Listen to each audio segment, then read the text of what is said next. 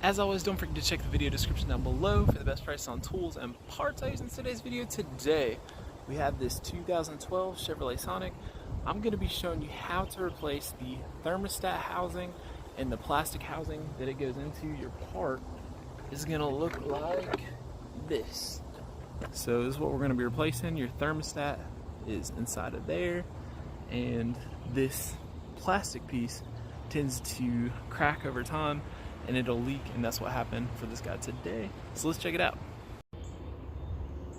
Okay, y'all, and the first thing we're gonna do is, this is what we're looking at on the car. We want to go ahead and disconnect all the hoses. Make sure you got a catch pan, and we're gonna disconnect this hose, this hose, this hose, and then you got this electrical connector and this electrical connector, and then you have this little quick connect disconnect up here, and we've got to disconnect all of those. That thing on the bottom is nothing, at least for this car. It's nothing on the old one, and it's nothing on the new one. Maybe there's an option where that does do something, but for this one it's not. So to disconnect those hoses, you're almost going to have one of these right here, and I'll leave a link below in the video description. But this, how this works is, when you squeeze on this, what it's going to do is it's going to clamp right there. It's going to be able to help you loosen the hose clamp. Without this job is going to be ridiculously hard, but with this, it makes the job a whole lot easier. So we'll start. Let's just pretend this is still connected. You're going to get your little tool in there, squeeze the tool. Sorry, it's not focused. Focus camera. And then while you're squeezing on it, you don't have to remove the hose clamp. You just squeeze your tool and then pull the hose off. And you can see I've still got the clamp there. You can reuse your clamps. I don't like to, especially for customers. I don't want to come back, so I always get new hose clamps. I'll use the ones that you screw on. And so we got that one. Now we've got this electrical connector right here, and you can see it's just like a little squeeze and pull connector, and you just take a pair of pliers and squeeze right there and pull up. You'll get that out your way. Then we have our two hoses over here, and take note of the direction, because one of these goes this way, one of them goes the other way, and it actually shows you, should show you on your new part, the direction. So that one that was pointing this way will go on there, and of course the other one's that way. And these are your heater hoses. They're going to go to the heater core, which is going to be sitting right back in there. And as you can see, I took one of mine off because my customer wanted to replace it, and it's a good idea. It was kind of like bowing out and getting marshmallowy. So if you are replacing this heater hose, to take this off with it on there is near impossible, even with that little tool. So there's a little clip up here. You pop out the clip, and then that has like a little seal inside. Come on, focus camera. There we go.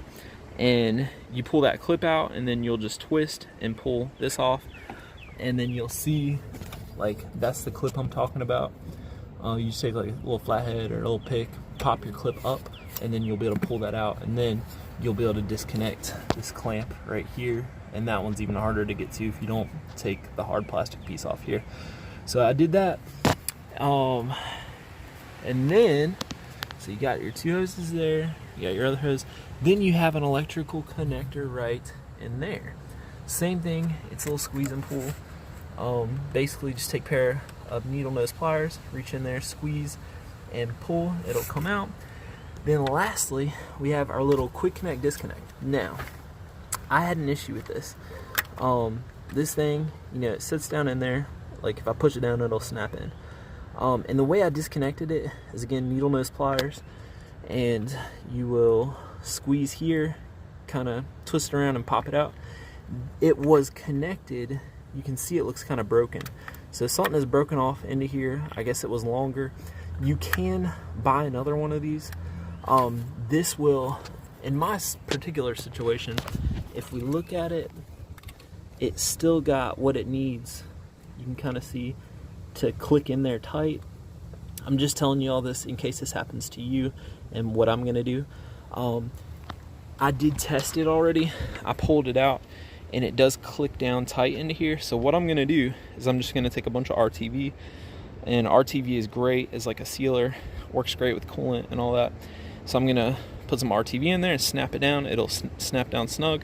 Then I'm actually gonna wait 24 hours to come back and put the coolant in and then pressure test it. So that is what you do if that happens to you. If it all comes out great, you can click it back on there and it'll be all good.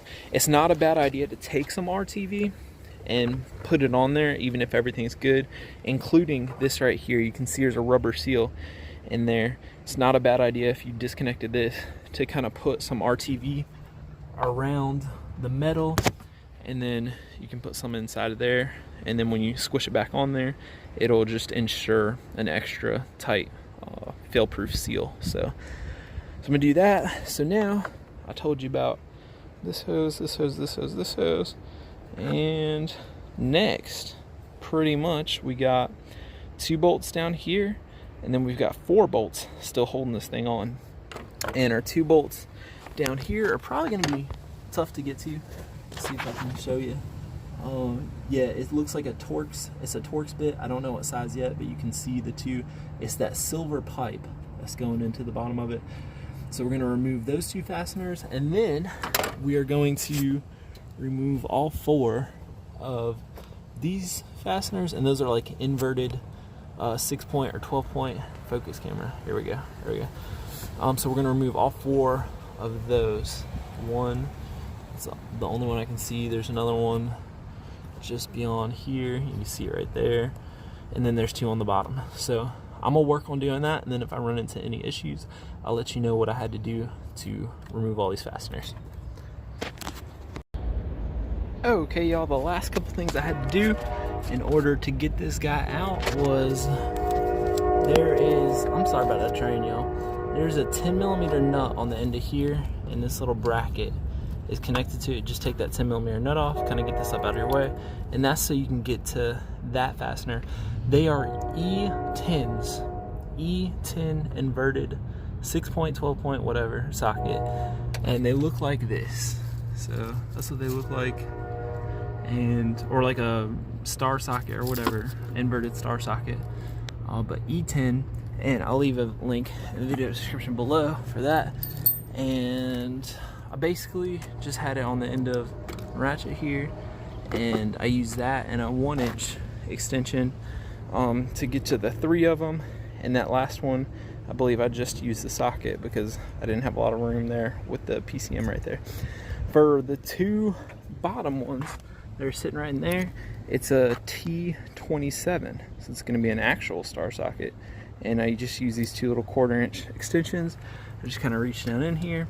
I broke it loose, and then I just used this as a screwdriver to get it out the rest of the way. This one wasn't too bad.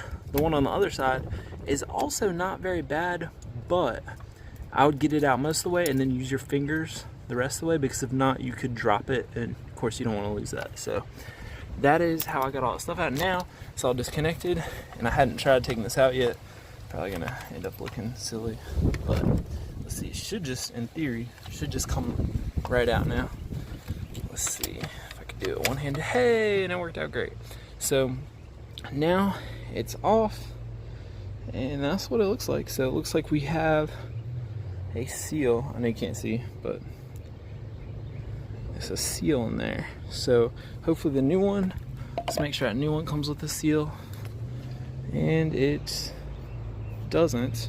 Let me just double check on that and make sure all that's good. We might have to use RTV or get a seal or something, but I will continue working this job and then let you know what else I run into, what else you need to know.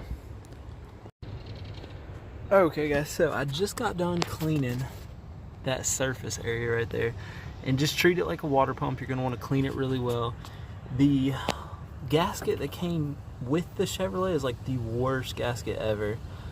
As far as trying to have to clean it off, it sucked. I spent more time cleaning it than I did taking the part off. But you can just take a flathead screwdriver if it's got a really good edge, or you can take a gasket scraper. Where's my flathead screwdriver? I used the flathead screwdrivers. I used a long one and a shorter one, if I can find them. Here, boom. This is the shorter one I used. This has like a pretty decent edge. If it's all boogered up, it's not gonna work. And then I used a longer one too, and I just kind of scrape, then wipe it clean. And we're just going to use a bunch of RTV, y'all, because that is going to be insurance. So on the new one, where's the new one? On this new one, we're going to RTV around here liberally.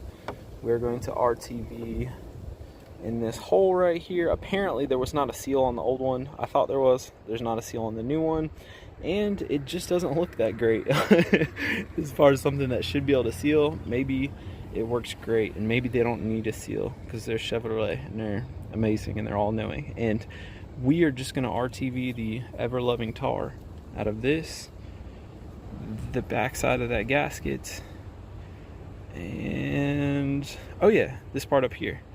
I'm gonna, come on, focus camera. I'm gonna RTV kind of inside of here as well, and then yep, like right in there, inside the inside, because the other little piece is like the male that slides into there. So I'm gonna RTV the crap out of everything, gonna bolt it all back up. We're gonna let it set for 24 hours, then we're gonna fill it up and bleed it out and pressure test it. So I'm gonna go ahead and I can show you. I mean, you probably know how to RTV stuff, but maybe you don't if you're watching this. This is my little bottle I'm using. Oh, quick little pro tip. If you use this and then you go to put it up, make sure you squeeze some out so it's got like a bead up top, and then close it, because if you leave air in there, that will get hard. So you'll have to like stick a screwdriver down in there. But if you use that little pro tip, you know, you'll just be able to squeeze. See? Look at that. No boogered up silicone residue. So I'm gonna just take some of that on my finger. Then I'm gonna come over here. Oh, sorry, it's out of sight. And we're just going to liberally apply some RTV, because it's not looking pretty down there. And boom. So there's that. So that's pretty good right there. Just get you a nice little thing set up. Then I was like to just wipe my finger clean, but I'm gonna be doing this more. Still got those other two areas. Also, if you did take this off, this does have a seal inside. You can go ahead and RTV that. Make sure everything's nice and dry, and then you'll just, you know, kind of put everything back together, and then I'd let it set. Sometimes, you know, like when I do water pumps and stuff, I don't let it set. I go ahead and just, you know, fill it up, pressure test it. But for this particular situation, with this special situation for the top, I'm gonna let it sit 24 hours. So that's it. If I run into any other issues, I'll jump back on here and kind of show you what I did. If not, thanks for watching. Okay guys, last thing I wanted to add before we end, you're gonna need to be able to bleed this thing, and there's a bleeder. It's right there. Okay, you take a screwdriver with the car not running, and you're gonna take that out, and then come on over here and fill this up. When it starts to pour out of there, go ahead and screw that back in, and then just fill this up to the full mark. And once you got this full, that's tightened on, the fluid came out of there, you put that on. This is full to the full mark, which is like right there. You go ahead and run the car for about 15 minutes or so and try and get all the air out. And then this one does not have a coolant temperature sensor, so it's kind of hard to see if it's overheating or not. I've got my scan tool hooked up, and this one, engine coolant temperature sensor, 103 degrees, 104 is 220, and if you do a quick Google search, you'll see they usually sit between 195 degrees Fahrenheit and 220 degrees Fahrenheit. So this one, I've noticed, once it gets up to about 107, it'll cut it back down and won't let it go above 107. I feel like I still have air in the system, so I'm gonna keep working on that. But you will, if you don't take that screwdriver out, or you don't take that little bleeder screw out of the top of the radiator and try and fill it, you're gonna have a whole lot of air in the system. So just make sure you do that. And other than that, make sure you touch these hoses, and because if you have like a bad water pump, it's not going to circulate. If you have a bad thermostat, it won't open up, and typically only one side will be hot and the other side will be cold. Also, if your water pump is failing, both hoses are going to kind of stay cold, so you can just kind of grab a hold right here, just touch that, make sure your hand doesn't hit that belt. Then you can come up here and touch this, and both mine are super hot, so I know my water pump's working, and everything seems to be pretty normal on this vehicle. So that is it. Thank y'all for watching. See you next time.